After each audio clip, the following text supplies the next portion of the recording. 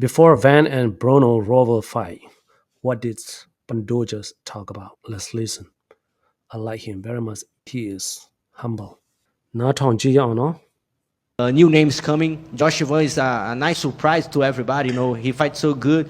He make a very good fight with the Bruno Bulldog, and maybe he's a next challenger for me. I have 23.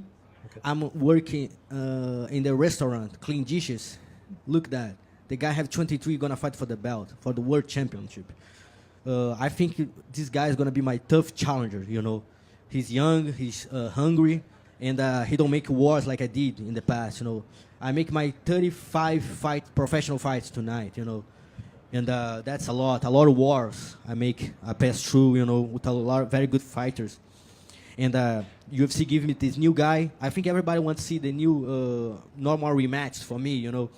And I want to fight with that guy too. I want to fight. I want that challenger.